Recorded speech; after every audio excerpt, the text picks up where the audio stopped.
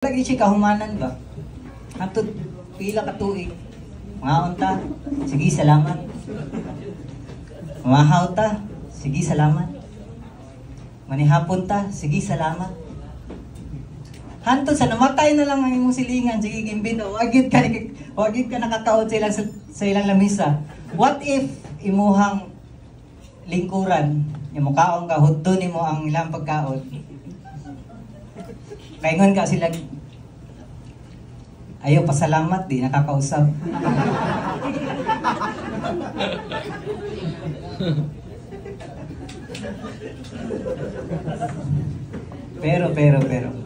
Pero tag-ana kinsa ang excited sa iyang birthday karong December 25.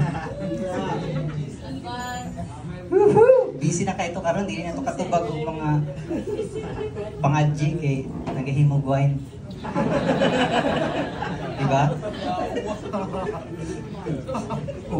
Kung mangutana ka unsay handa, obviously ang iyahang paborito isda o tinapay, so tuna sandwich.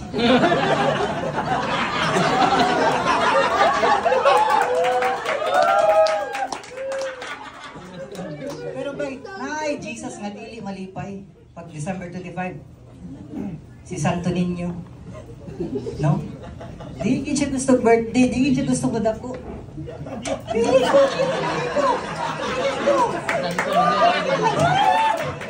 Lansang lang ko ninyo.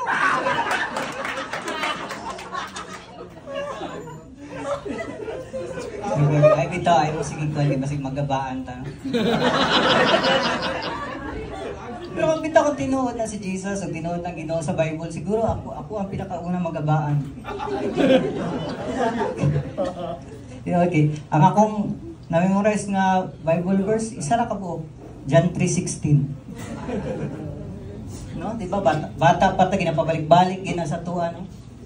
John 3:16. Putik na realize na ako nga ang purpose diana is i-guilt trip ta. Diba? John 3:16, for God so loved the world that He gave His only begotten Son.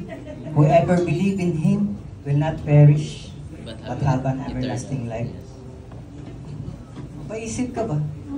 Kuyaw, ano? Di ba ang istorya na is makasasala ka?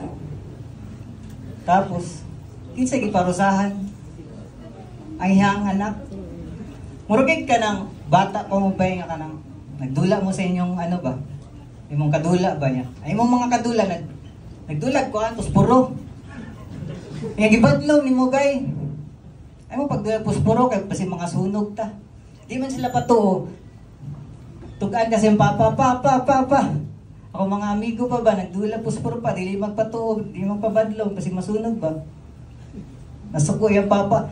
Nga anong nagbuot-buot man ka? Nga anong nagbuot-buot? Siya hino ang gibunalan. Pero dili bitaw. Makuha lang ka sa Bible, maka-comment mangig ka no kay usahay nagi sila nagi mga far out na mga verses kanang sexes like kanang Deuteronomy chapter 25 verse 11. Familiar mo na?